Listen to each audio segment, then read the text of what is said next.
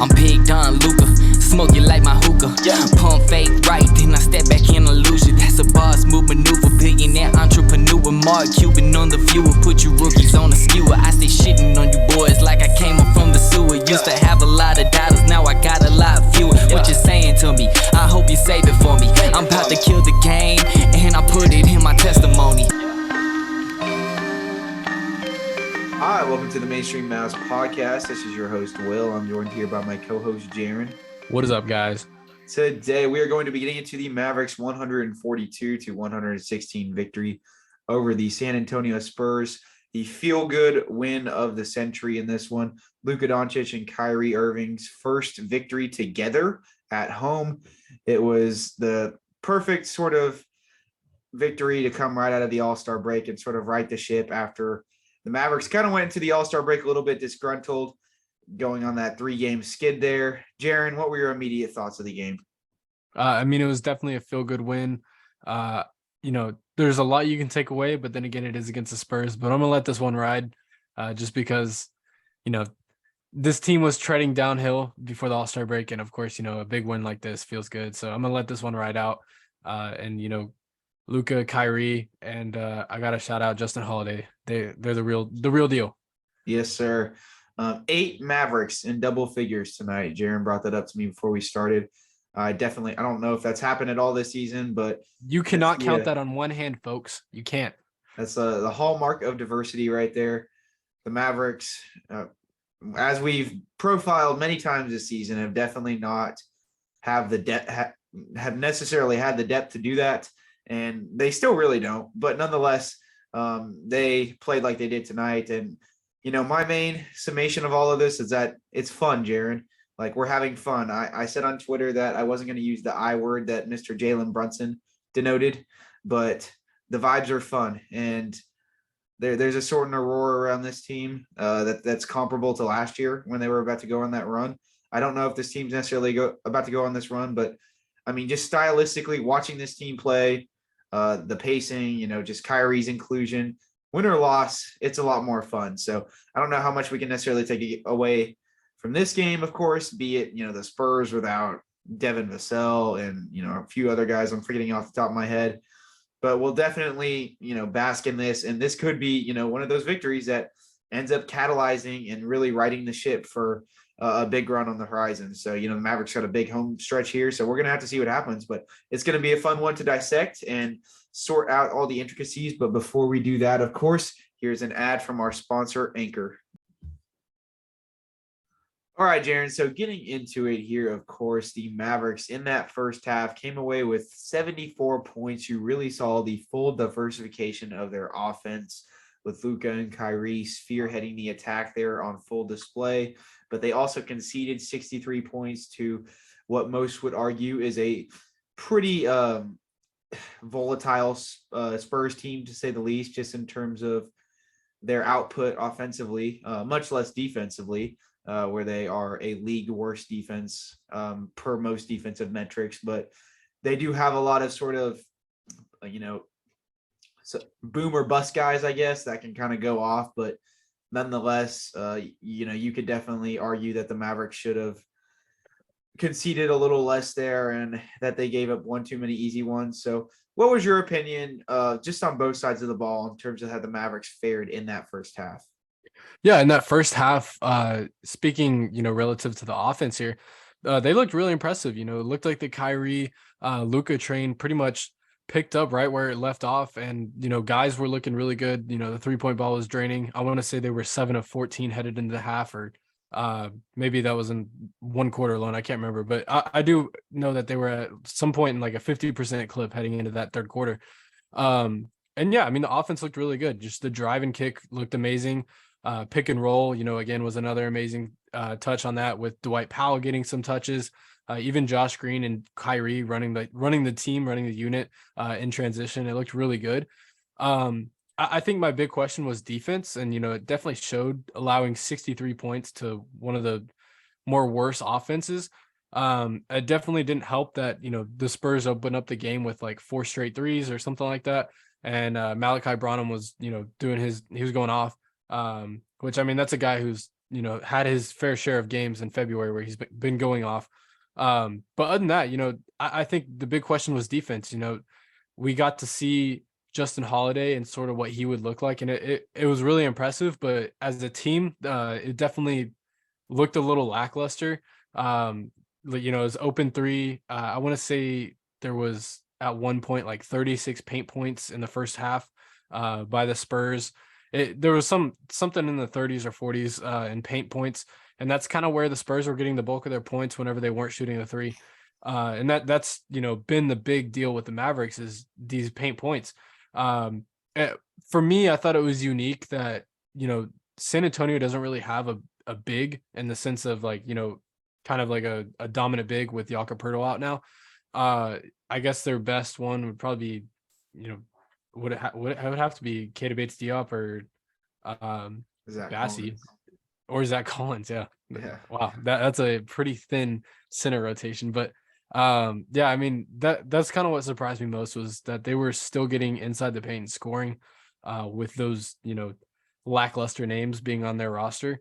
And I think it was kind of alarming, definitely as the game picked up and as the second half went along, it definitely, coerced and, the Mavericks looked a lot better as a team defense. It kind of seemed like Frank and Holiday had their thing going, but I think in that first half, that was sort of the most alarming part.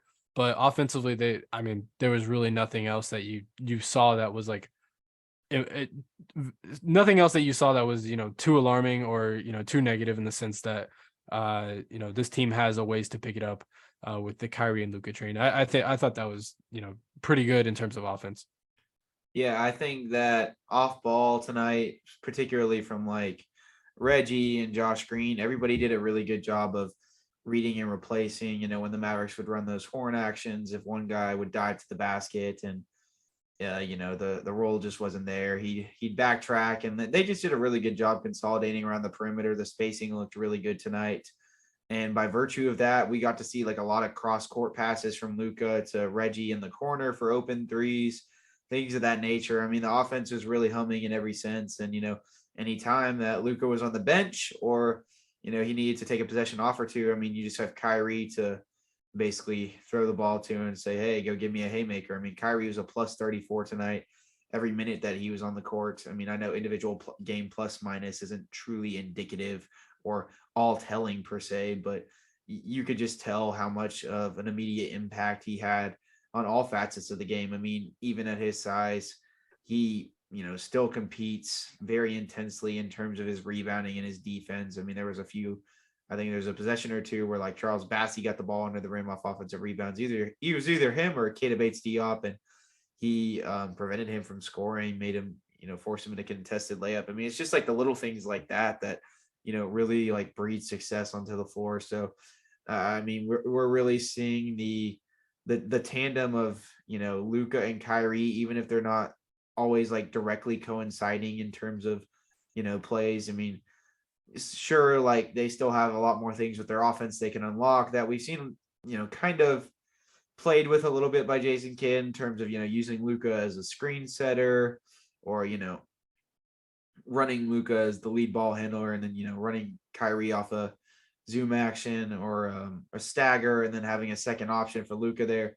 We're still seeing those things, sort of sort themselves out as they incorporate more of those type of things into the playbook. But, we got to realize that he's only been here, Kyrie, that is, for, I guess like 2 weeks or whatever. And, he's only played, this is, I believe, his 5th game. So, I mean, he already looks like a really seamless fit. And you expect that with the talent, of course, as we alluded to in yesterday's podcast. And to your point about the defense, because, the offense was just so inexplicably like impeccable tonight for lack of a better term. The defense I thought was, definitely a far cry from that to an extent, but I don't think that it was just devoid of positives.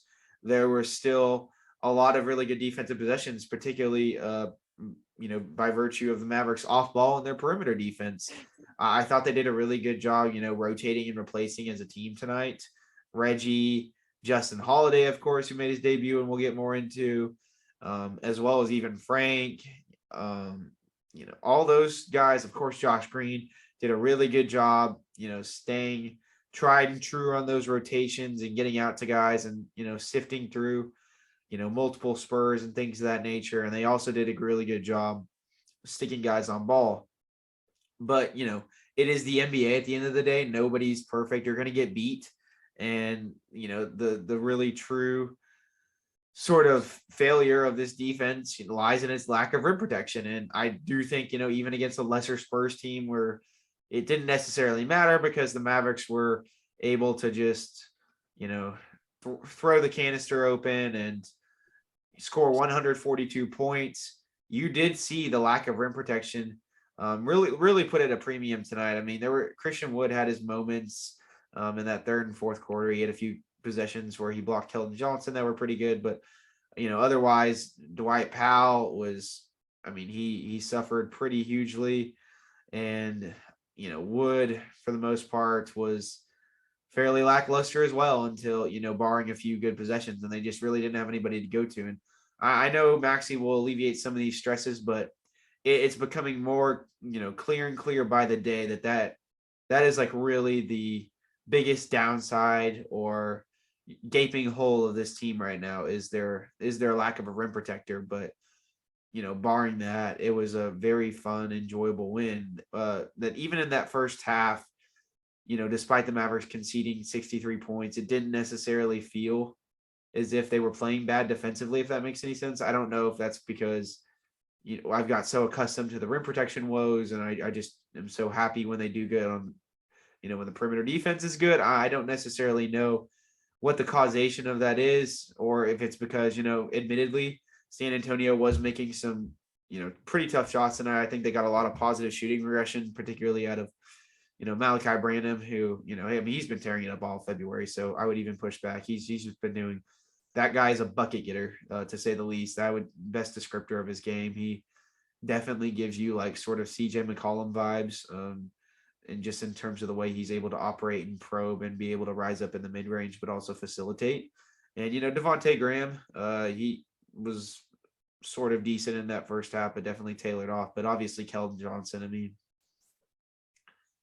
one of the best, just all around.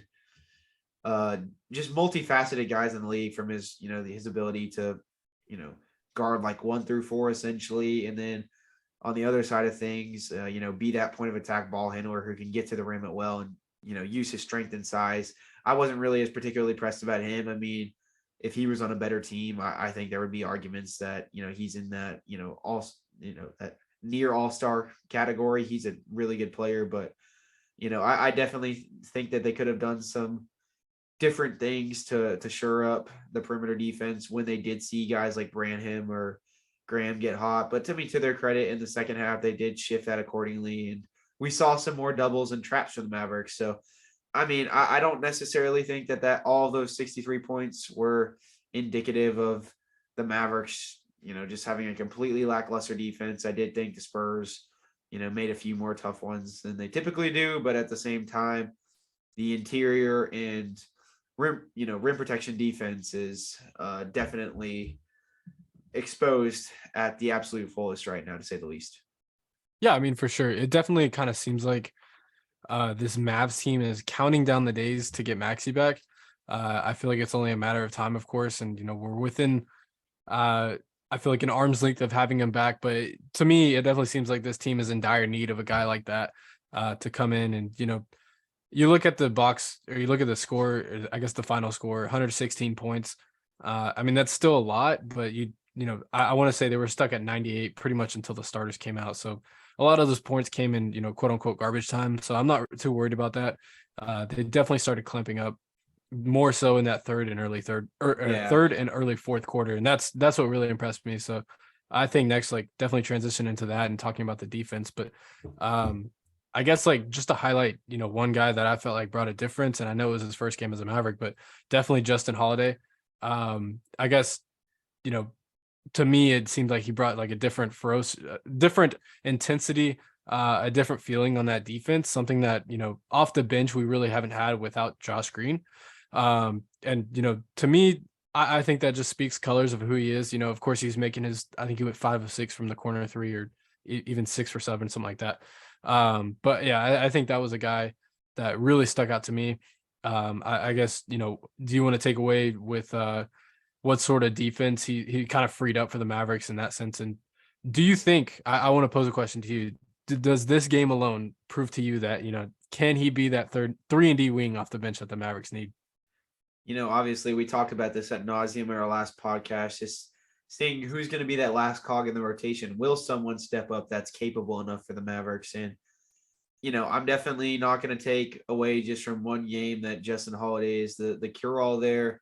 He is 33 years old at the end of the day. I don't know how sustainable all this is, but, where I kind of come back to earth upon is the fact that, he was playing a larger role at, both of his previous two stops with Indiana and Atlanta. And, he's definitely still seems like he has a solid amount of juice in the tank, probably another capable 1 to 2 years left. But, in a reduced role like he played tonight, I do think he's capable. I just would push back on the fact that, he's proved it. I do still think that he has a little more ways to go in terms of proving that to me. But if I'm, essentially drafting a hypothesis here, if I'm betting on that last guy, who's going to be the last guy in the rotation for the Mavericks, I would definitely probably bet him. He lengthy wing. He's got still good foot speed and spurts even. There was one time I think he got beat backdoor or something like that by McDermott. But for, his age, he still has very impressive foot speed and lateral quickness on that defensive end. And, he's really rangy, understands the rotations well, and he's a good one-on-one defender. He has good strength and size and, that 6'6" frame. It's just a matter of, is the age going to start to wane some of those abilities, right? And I think in a capacity of 15 to 20 minutes a game, he could really, serve as a capable stopgap measure for the Mavericks at the end of the bench. And I would hope that he gets the majority of those minutes because of the, the veteran leadership, things of that nature. The Mavericks could have really found a diamond in the rough here. And it's very intriguing. And if this guy could be an integral part of the rotation, that would be huge. You're talking about a lot more wing depth at that point. Maybe at this point, maybe that shifts the sort of notion around the Mavericks of, when we get to the summer, maybe they, maybe just want to take a chance on a younger 3-and-D wing or something like that. Just take a flyer because, this guy could be a capable cog in the rotation for, potentially, going on a year or two. So, I'm obviously forecasting way into the future, and I kind of want to deviate a little from doing that and, halt the excitement because it was against the Spurs, the worst team in the league, who did not have Jeremy Sohan or, Devin Vassell, of course, who's out with the injury. But at the end of the day, he came in and he hit 5 out of 6 threes, I think, from the corner. I think all of them were from the corner, or maybe one was above the break, but he hit 5 corner threes. It may not have all been corner. I can't specifically remember, but majority of them were. And he played very capable and solid off-ball and on-ball defense where he's just a very savvy guy. You can tell on that end in terms of his ability to stay home and not overreact. He's very disciplined. There's the question mark, of course, of those, the age and all that can catch up to him. But right now he's shaping up to be a really good role player and a marquee buyout signing for the Mavericks. So we'll just kind of have to see how the situation evolves over the course of the coming weeks. But I definitely think in a more limited capacity, especially when Maxey gets back. I don't know. That first game has me optimistic. Maybe we can just write off his sort of waning play this last season or two with the Hawks and the Pacers as him getting older and having to play too much, 30 minutes or above. There's been times where he's had to do that. So, in this sort of limited capacity where he has Bullock and Green and Hardaway sort of all intertwined with him, as well as getting some Frank minutes in there, I wouldn't put it past him. And that's about as far as I can go on that. I'm really excited, but I'm not. Obviously, we got to see more. But what a hell of a game by him tonight. Yeah, no, for sure. I would definitely tend to agree with pretty much everything you said. Definitely one thing that impressed me. Just with his long frame, he's able to kind of, put the defender in a choke, kind of, whenever he uses the baseline to his advantage, and that's what really impressed me. That's what I was trying to get at. But he was able to grab 2 steals along with 15 points, of course. And yeah, I mean, just defensively, like I said, brought a different intensity to that team and looked really, really good off the bench. And, just a 21-minute sample size, of course, that's one game and against the worst defense, like you said. But I'm going to write it. I think it's, a pretty strong start, of course. I don't know if it's going to live up to quite that. But I think like you said, like a 15 to 20-minute role per game, I think he can do that. And then some, hopefully throughout the rest of the season and headed into the playoffs. But I would definitely put my money on the fact that he's probably going to be the guy we look forward to, or at least look to kind of fill in that last sort of quote unquote rotational playoff spot, especially with what we saw tonight. I think he's just too good to not put in that spot. But I mean, I will definitely admit him and Frank looked really, really impressive, when they were together. But yeah, I think, I guess, what do you want to cover, or not what do you want to cover, but like in the second half, like what impressed you most defensively? Because, they definitely did start to clamp up headed into that third quarter. And of course, the end of the fourth quarter, or early fourth quarter. Oh, yeah. I mean, I thought the Mavericks did a better job of sort of supplementing for the lack of rim protection between each other, if that makes any sense. Yeah. I think they started to trap the Spurs at the point of attack a little bit more, particularly like Branham and, Mr. Blake Wesley, who's a rookie who probably nobody listening to this podcast had heard of before the game. Like they showed the Spurs the respect that they rightfully deserved, and they were able to keep them off the glass a little bit more in that second half as well. They just did they all consolidated and did a better job boxing out. The Spurs finished with 45 rebounds in this one. The Mavericks finished with 36. So they lost the rebound battle pretty handily. But you can definitely tell that there was more of a concerted effort to, keep them off the glass, especially offensively. And, just kind of stopping that dribble penetration, particularly in that fourth quarter lineup that I backtracked to, that was just so good defensively with, Frank and Justin Holiday and Kyrie and Tim Hardaway Jr. and Christian Wood. Christian Wood, he stepped up his game defensively, admittedly, in the second half. And I mean, that was a big part of it as well, particularly in that fourth quarter, as to why the Mavericks limited to the Spurs to, only 26 points in the fourth quarter, like 7 of those being garbage time. They basically damn near held them to under 20 points. In no small part due to, Christian Wood sort of, I'm not going to say evolving over the game because that would be kind of drastic, but, definitely, stepping it up in the second half, as well as, they were trapping the Spurs at the point of attack more. And I think that they just were able to supplement more by committee in that last, particularly that fourth quarter and the tail end of that third quarter. I think we saw a little bit more effort from Luka defensively as well. And it's just like, that's got to be consistent from game to game and, from half to half. The matter of the fact with this team is that we only see that, usually one half a game or the other. And this team obviously doesn't have the wherewithal or the personnel to be, a top 10 defense, even in, when they're at their best. Like you still don't view them as like, oh, like they're just flying around. It's not the same sort of vibe as you got with last year's Mavericks team. It's impressive, but it doesn't have that sort of just, absolute sort of clamp and intense feel to it that last year's Mavericks team sort of gave off. So if they can, really just get to middle of the pack or slightly above by playing like they did in that second half and do, try to do that more often than not for a whole game, I think that's where we're going to see that marginal improvement come through. And especially when Maxey comes back, that could really elevate them to another tier. Maybe not as, to that top 10 tier, but, maybe slightly under that. So I think that was sort of what shifted, because I thought rotationally and in terms of the perimeter defense, I thought it was still strong from the first half to the second half.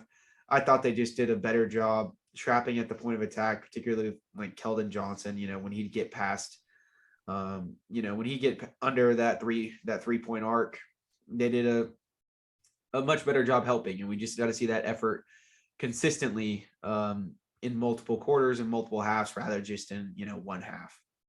Yeah, I mean, pretty much everything you said, I pretty much agree with. I like, you mentioned this. I like what they did, just sort of like trap point defense, where it kind of seemed like at any point, like you said with Keldon Johnson, uh, and it kind of seemed like they were able to do it with ease. I think that's what really stuck out to me was that Justin Holiday in particular, like that's the guy that's he's playing his first game as a Maverick, and it looked seemingly like a seamless fit. I think that was honestly the biggest thing. But yeah, I think they supplemented the interior defense pretty well for just pretty much rotating and playing strong perimeter defense. I think that's pretty much what really stuck out. And this was probably the first game in the Kyrie Luka era where they did it for a full 4 quarters. I just think that San Antonio definitely got some good shots and some tough makes. No, I would definitely agree with you there. But yeah, also, I mean, the Mavericks just were really able to ride the coattails of that hot fourth quarter start. Once Kyrie really got that catalyzed, and you definitely sort of see the shift with Kyrie when he enters the realm that is the fourth quarter. I even denoted as much on Twitter, like he just taps into a sort of different beast. I mean, he's the highest scoring fourth quarter scorer in the league this year in terms of points per game. He's very credentialed in that aspect. He's always obviously been a clutch guy. He hit that shot against Steph Curry in 2016. I mean, I think the credibility is there. And I mean, even a lot of Nets fans were talking to me today how they would defer to him versus KD in, the waning moments of games. So, I mean, he really just can put teams away in a sort of, daunting aspect, if that makes any sense. The way he just is able to manipulate the game and is completely unfazed by the pressure.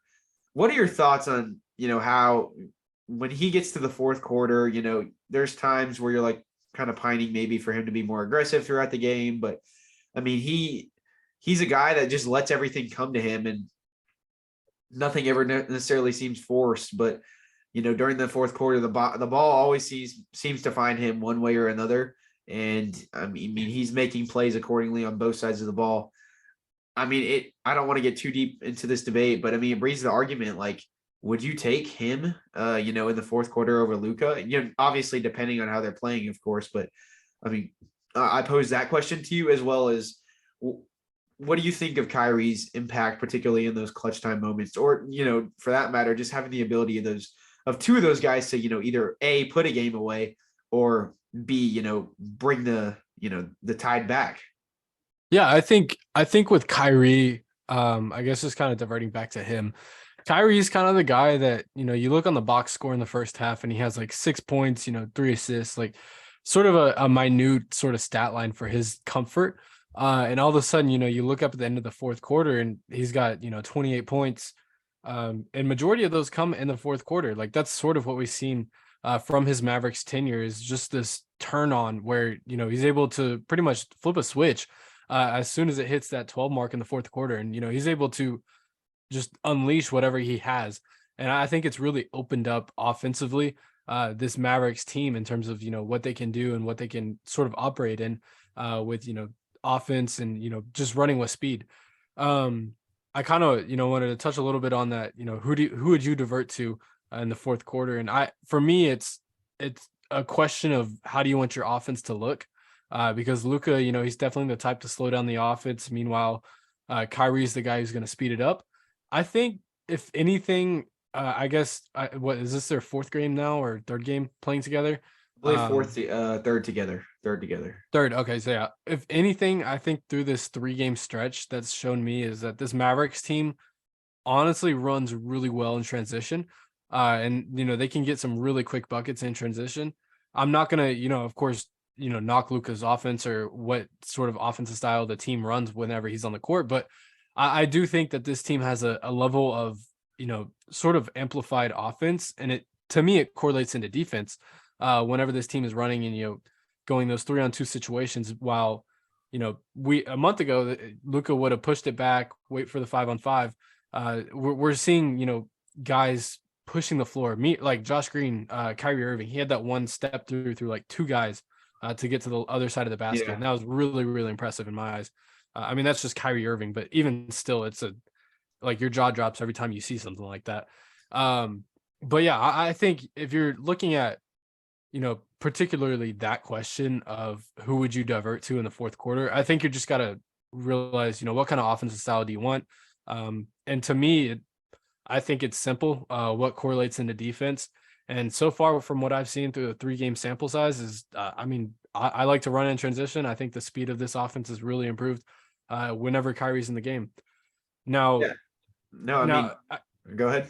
I was just gonna say, I was like, back to Luka, because I feel like we knocked on Luka a little bit too hard. He's able to still just dictate whatever he wants. We saw prime examples of that tonight. I think, he definitely tailed off sort of in that second half, but then again, he didn't really have to play a whole lot in that second half. I think he played. Did he play that whole third quarter? I think he did, but I don't think he played. He didn't play any in the fourth quarter. Him and Kyrie both only got 30 minutes tonight, and all the starters played less than 30 minutes. So that's always a huge net win, especially as they get 2 days of rest in between games before they get to have this big matinee affair versus the Lakers at 2:30 on Sunday. So I mean, really, they'll get another practice in between there. So that's always just a huge net positive when you can come away with a big win like this and always and conserve all the starters and stars energy. No, I mean, for sure, for sure. Yeah, I just think, offensively tonight, it looked there. The vibes, as you say, the vibes are fun. I think that's very true. I think that's a good point to bring up. But the offense looked really impressive, like I said, and most of it I think was jolted through Kyrie in that fourth quarter. And I mean, he didn't really have to do much outside of that first 6 minutes, but I would definitely, in a game like this where you kind of need offense to, or not even that, I would just say in general, whenever you're playing an actual solid basketball team, whenever you need to divert to offense a little more, I would tend to switch over to Kyrie in my eyes, but that's just through a 3-game sample size. Yeah, and I mean, I think that we also saw the synchronization of them together as well a little bit. Like we saw Luka throw it ahead and transition a few times and really start to, get those fast breaks up and going. And, just like the talent and the fit itself is seamless, just having those 2 point of attack ball handlers who can do so many things, both 3-level scores. In Luka's instance, just a absolute, first class facilitator. Kyrie, he's no sort of slow guy himself from that standpoint, right? But just seeing how they're able to gel and the whole rep diversification of the offense, and when they start running plays with each other, I mean, that's when they really unlock things to a new tier. And I mean, I just have no reason to believe that they can't do that. And we're already starting to see elements of that incorporated, but they've only played like 3 games together, of course. So, I mean, as that starts to come into fruition and they really start to iron out the intricacies of, maybe we should divert to, going slower in the half court here. Maybe we should push it right here. Or maybe we should run X, Y, or Z right here. That's really when this team, I mean, obviously that falls upon coaching too, but that's really when this team is just going to reach another tier of, untapped unfazability offensively. And that's really exciting for my opinion, and in terms of the potential that Kyrie and Luka have specifically together. Cause I mean, they're already doing like a really good job. But once they really iron out those intricacies of playing together and the sort of rep diversification of, in that splittage, and we see a little more even keel workload from them from each respective quarter that they're playing in. I mean, that's really going to be special. I mean, I think Kyrie always has the ability where he's going to just take it to a little bit of a tier above in that last quarter, but still just getting, more of an even workload, things of that nature. That's really going to, work wonders for this team. Otherwise, Jaren, we've obviously kind of covered the sort of, what's the word? I am bluffing hard. The sort of holistic side of the game. And, chronologically, we've covered it, kind of half by half or whatever you want to call it. So let's just kind of get into how everybody played individually. I think we did a good job. We've talked about Kyrie ad nauseum. I thought Luka did a great job getting to the line at this point. And I already talked about, some of those cross-court passes he was making, when guys would, rotate and replace on offense, and he would get trapped at the point of attack. He just did a really good job, as he always does, diagnosing that and getting it to the corner, to the weak side corner. And the off ball movement from everybody tonight was good. So he, as he always does, taking advantage of mismatches. Scoring from the mid range, getting to the rim. Luka and Kyrie were Luka and Kyrie to say the least. But how did everybody else fare? Let's start off the bench first, Jaren. As the Mavericks had 8 guys in double figures tonight, so we obviously want to talk about each of the contributory role players in this one. We'll start with Christian Wood. What did you make of his game on both sides of the ball tonight? Only playing 22 minutes, and he teetered with foul trouble all night. He had 5 personal fouls in this one, but I thought it was a very just sort of up and down game for him. Like the highs were very high, but the lows were very low. What did you have to think? I think you honestly described it perfectly. The highs were very high and the lows were very low. It definitely kind of seemed like whenever he first came out, it was very, very low. Just some stupid boneheaded decisions on offense or on defense. Just kind of, letting backdoor cuts be wide open. Even just kind of, I guess levitating away from his own man and allowing, wide open dunks. And even just stupid fouls for some points of the game. And on offense for that matter, I think that he had a few stupid possessions of just trying to, do some hero ball, and he ended up turning it over, got pretty much stuffed at the rim. But it definitely took a 180 turn, I think, in that second half. He definitely found his rhythm, started scoring the ball really well. He found a way to get to the free throw line. I want to say he was second on the team with 9 free throws. And I thought he did a much better job also. Sorry to interrupt you, but just like diagnosing mismatches rather than, when he would get a Keita Bates Diop or a Zach Collins matched up on him, those guys are obviously going to have little, more strength and, more wherewithal to be able to, prevent him from reaching the basket. He has a thinner frame for a guy of his size. But in the second half, he was able to take advantage in the post a little bit when he was isolating. By virtue of the fact that, he was, when the Spurs were unable to scram switch, he was able to take advantage of some of those smaller guys accordingly. So I thought that was big, and he was just getting better position and sealing down low a little bit better. But to your point, he did have a few possessions where he kind of stalled out at points and where, he kind of just tried to play hero ball. But, there were some really impressive offensive possessions. And then defensively, he, really flipped a script in that second half with some of the blocks he had, and just, making himself more of a presence on the interior. He had a few egregious sort of over fouling moments in that first half. And there were some other things that necessarily didn't go particularly hand in hand with, the flow of the game that he was doing offensively. But, nonetheless, I thought, I don't know if he necessarily, was able to, tell Jason Kidd, hey, I need more minutes in this one. There were definitely still a lot of, ineffective possessions on both sides of the ball for him, so I don't know how much he was helping his cause in that department, but, I don't think it was a terribly I don't think it was totally a terrible game from him either. There you go. Yeah, totally terrible. I honestly, in that second half, I would agree with what you said. Just, with how he was able to get to the basket, sort of taking these mismatches to the hole pretty much. And that was, really what I saw. I feel like he had a few times where he got to the hoop and got fouled, and definitely could have had an and one scenario, but, ball just didn't follow the right way.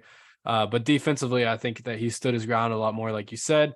And, he had 2 like monster blocks, and including one that pretty much put the nail in the coffin at the very end of the fourth quarter. But I think, he had definitely a weird game, but I think he finished it a lot better than he started it. And I think that's probably the most important part. I feel like we already talked about Justin Holiday quite a bit. I don't know. Do you want to touch up on him a little more? No, we talked about his debut at nauseam. All right. I guess we have to do Tim Hardaway justice. So he was Miami Vice Tim. He was Miami Vice Tim. He was coming off all the spot ups and all the DHOs, and he was, he was draining it from every which way tonight. 6 for 11 on threes, 7 of 12 from the field. A lot of this wasn't garbage time, but Tim was just that typical offensive cog. You could tell his presence was missed. I didn't think he was particularly a total black hole on defense tonight. He still has his possessions, of course, but I don't know. This was one of his better games of the season because he had 22 points. And none of those possessions, albeit some of them were in garbage time, but none of them felt as if they were sacrificial to the flow of the offense. And that is really where I was impressed with his performance tonight, because he just did a great job, playing within himself and his abilities. Of course, still, shooting a few haymakers, but they were warranted. There were some heat checks in there. Coming off some of those DHOs and things of that nature. But I mean, they were open, good shots, and he was making the defense pay. And I mean, obviously having another guy off your bench who can do that was impressive. I mean, this is his first game off the bench too, since they, seemingly switched Reggie Bullock to the starting lineup. And that, from that standpoint, I mean, we always have this, sort of lifelong debate over if Tim Hardaway's Jr. is more well-suited on the bench or as a starter. But I mean, I don't necessarily know what the role is going to be going forward, particularly, as we've debated this ad nauseum, what role he should be relegated to for the rest of the season. But I mean, if he can come off the bench and do this, then, I would definitely prefer him off the bench, given, the injection of defense in the starting lineup. But, the way he played tonight, he was the perfect microwave 6-man type of guy off the bench. And so, I mean, he had a hell of a game tonight. He was on full Miami Vice mode. He was on full Miami Vice mode. I think, to me, the most impressive fact, and I know you touched up on it, was just the fact that he came off the bench and did this. I know throughout his career, it's been a long sort of debate that this guy, you have to kind of put him in a starting lineup to really elevate his game. And, to see him drop 22 points and honestly have a pretty solid defensive game in terms of Tim Hardaway defensive games off the bench was really impressive to me. And just the ability he was able to score, off the DHOs, of course, and off the curl offs. I thought that was really impressive. Just classic Tim Hardaway. It didn't look, too flashy or anything, but I think, this is definitely one of his better games of the season, and especially the fact that it came off the bench makes it feel much better. No, 100%. Next up, do you want to touch on Frank a little bit, and just in terms of his defensive effectiveness? I thought I saw a really interesting tweet tonight that was like, Frank, is it going to be able to actually fill in the gaps and be the fifth guy, that 10th man essentially in the rotation now, because, you can hide his inproductivity on offense since now that they have Christian Wood, Justin Holiday, and Tim Hardaway Jr. coming off the bench. I was curious to get your thoughts on that. I think that was at Brian, that dude on Twitter. I'll have to get his exact at so I can accredit him for that, of course. But what did you think of Frank? He didn't really necessarily do anything offensively, but he served as a good ball mover. He obviously is good at attacking closeouts and then, kicking it out to the wing. He was not self-sufficient in terms of his creation ability whatsoever over one tonight from the field. And it was just literally 1-3. And Justin Holiday was practically begging him to take it. He passed it to Justin Holiday, then he passed it back to him because he was more open. He's like, come on, bro, shoot it. I know you're scared. But otherwise, I mean, he obviously played really capable defense tonight. He was, really showing his versatility on that side of things, but you obviously saw the limitations offensively. So I was interested to see like what your thoughts are in terms of the inclusion of him on this rotation. I mean, I know Justin Holiday kind of relegates him to not having to be as much of a cog come playoff time, but in terms of the regular season, what do you think his role is going to be on this team? I think that's kind of a tough question to answer, but I think, in terms of this game, his offense was definitely a black hole. But defensively, I think we really saw his game put to a T. I mean, that's, of course, his standpoint. And, I just to bring it back to, not game 7, but just to bring it back to the Phoenix series, whenever he was able to sort of clamp up Devin Booker, I think it was in part due to, Dorian Finney-Smith, RIP, but I think it was in part to Dorian Finney-Smith and his, plug and play sort of thing where, he's able to bounce off of Dorian and play off that. I think it was kind of similar tonight with Justin Holiday, just that, long, lanky 3-and-D wing. And he was able to really, elevate his defensive game. But really, that I think, defense was a T for him tonight, and that's been, of course, throughout his whole career. But I think that was really the most impressive thing. to speak to his role, I guess, for the rest of the season, I honestly really think it could be more of that. That's sort of what we used him for, early on in the season before his role started to diminish, of course. But he came in as like that main defender. I think if, Justin Holiday is definitely playing like this throughout the rest of the season, we don't need him as much. But, again, a nice 1-2 punch off the bench could be very needy for this team. And I would, sort of push back and say, you don't need him in a playoff rotation, but you definitely could use him. And I think, that's a guy that you have to look at, especially early on in a series, sort of look at that matchup. What can those two guys, especially off the bench, do? If they are, if they do play like they did tonight. But yeah, defensively, I think, it was an A+ for Frank. I think he was able to, sort of clog the passing lanes really well. Rotationally, he played really, really crisp. And, just off of Justin Holiday alone, I think he played really, really good. Yeah, no, I would definitely tend to agree with you on what you said there. Just kind of speaking to some other guys, Theo Pinson, Jaden Hardy played very limited, mostly fourth quarter garbage minutes. So I don't necessarily think that we need to speak too much to the choir in terms of how they performed tonight, but they played hard in their limited minutes down the stretch. Otherwise, lastly, the last two starters in the rotation, we touched on Dwight Powell tonight. He did a really good job. We say, I feel like it's the same sort of summation of Dwight Powell every podcast here. And we always say he does a good job of running the floor, does a good job, of exploiting the pick and roll as the roll man when it's warranted, running those horn schemes and diving hard to the basket, being the guy who fills it in the dunker spot. Occasionally, you get the solid hustle rebound game from him like we did tonight with 8 boards, even though he historically has been a pretty bad rebounder.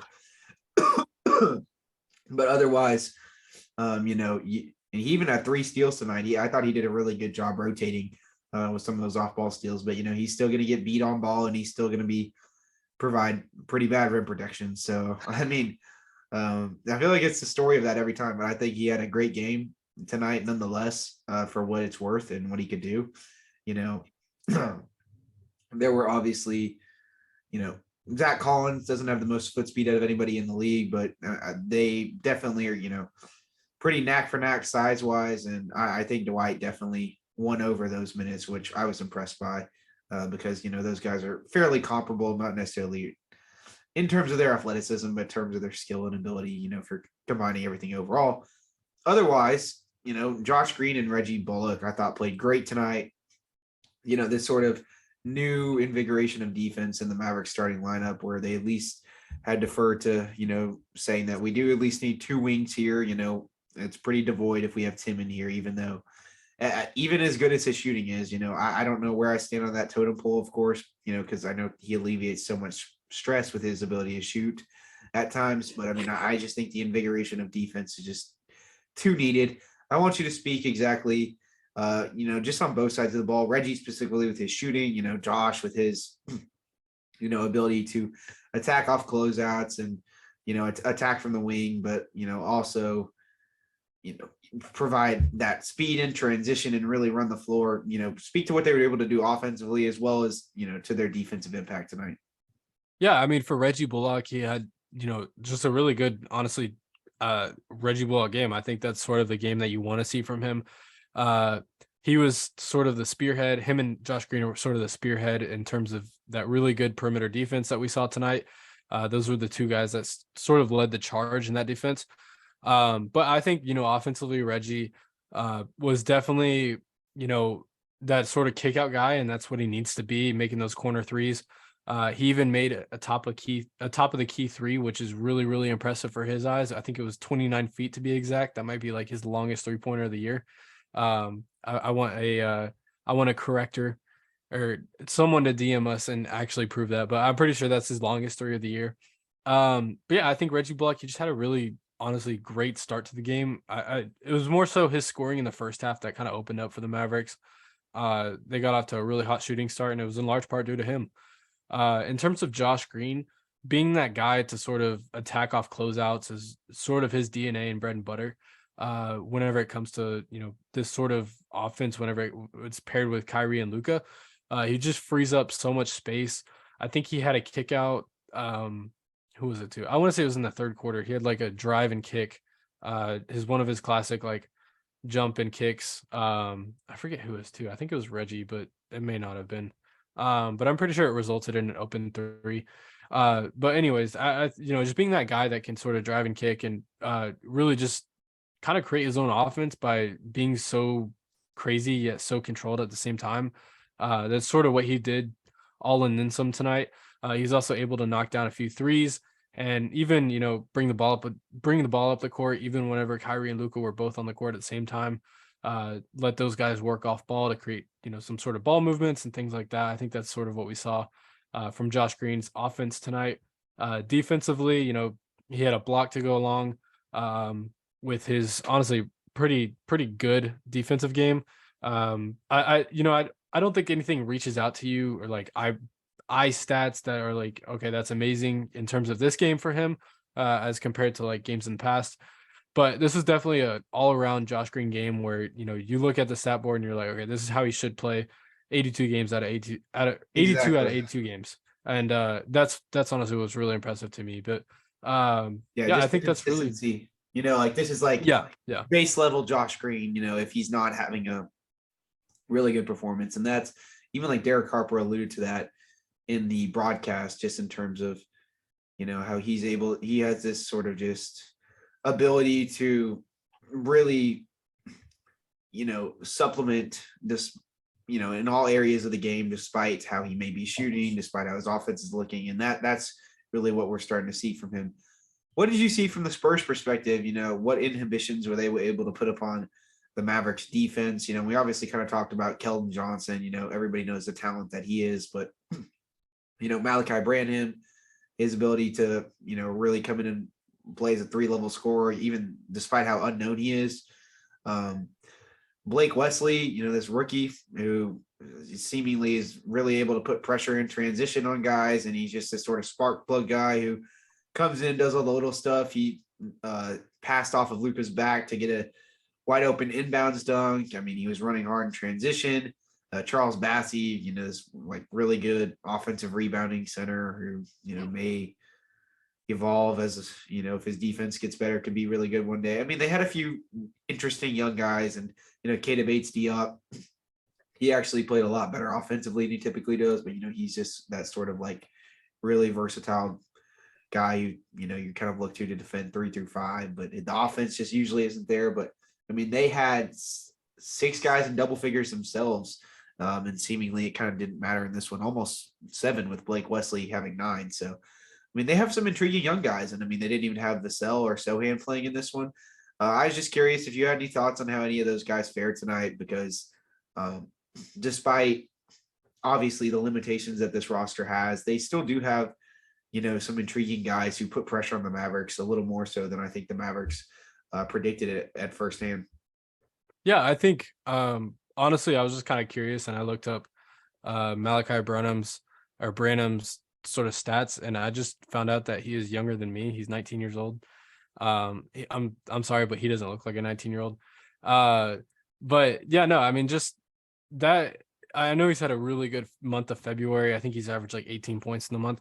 But his sort of, I guess, elevation, I want to say he had like 20 points in the first half, and he looked like he was about to go off against the Mavericks, and sort of he was like one of the only guys kind of keeping the Spurs in it, especially in that first half and like early third quarter, I think. But I think, I mean, other than that, I feel like Blake Wesley, I feel like he brought, this sort of really kind of intensity. And I know at one point in that second quarter or third quarter, I can't really remember, he looked like he was about to be Jose Alvarado and, sort of pickpocket everybody across the court and bring it, and do that thing. And that's what he was sort of doing. He was kind of just being a pest. I think if you're a rookie and you want to make a name for yourself, that's what you got to do. And that's what he was doing against Luka. Outside of that, I really just don't think there's anybody on that team that really warrants, other than, of course, Keldon Johnson, who I feel like we've talked about enough. Zach Collins, I mean, he didn't have the best game.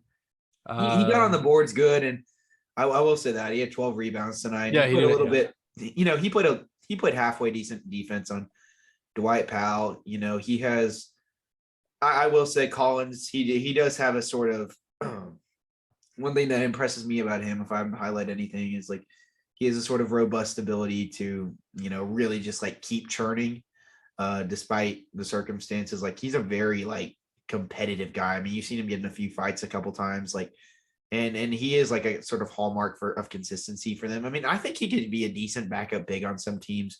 I just don't think he's particularly like good enough at any one thing to, really elevate his standing in the NBA, obviously with all those injuries and things of that nature. But I do think that, given the right circumstance, like I think there's some teams that can use him. He's not terrible in defense. He's not terrible in offense. He's just not particularly like really good on any of them. I mean, he came in as like this sort of like switchable five, but that just never kind of came into fruition as the lateral quickness has waned with all those knee injuries. But I mean, there's still something in the tank there. And Is he the modern day Dwight Powell, where he's just not good at anything, but not bad at anything, but just the Dwight kinda Powell's gives good really effort? he's excellent at rim running though. Oh, okay. Yeah, you got a good point. Yeah. Excellent at rim running. Yeah, but I mean, I'd say his best attribute is his rebounding. But I don't know. He might be serving as a guy that screws around and is like this like really good stretch five in a year or two. You never know how those things turn out, especially with guys like that in terms of the contender. But nonetheless, it was just too insurmountable of a task for a depleted and young Spurs team to overcome the Mavericks tonight to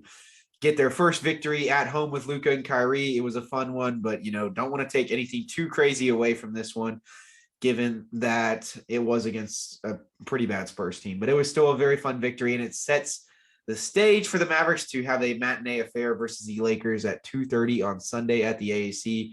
We're psyched for it. 2 days in between games after this elongated stretch of no games. Sucks, and I wish they played tomorrow, but it is what it is. Nonetheless, we appreciate you guys for listening this far on the podcast. Make sure to follow us on Twitter at Mainstream_Mavs. Make sure to follow or subscribe if you are listening on any of the allotted podcast platforms, whether that be Apple Podcast or Spotify. Give us a 5-star rating if you feel so inclined. We really appreciate it. If you're on YouTube, make sure to like, comment, and subscribe, of course, as well. And, comment, how is LeBron's hairline going to be walking into the arena for the Mavericks game as they play the Lakers on Sunday? Other than that, we appreciate you guys for listening this far on the podcast. It's our 100th episode, so we appreciate you guys coming out all the way for this one. Nonetheless, we will catch you guys in the next one. We've enjoyed the journey so far. We're going to keep going. The vibes are indeed fun.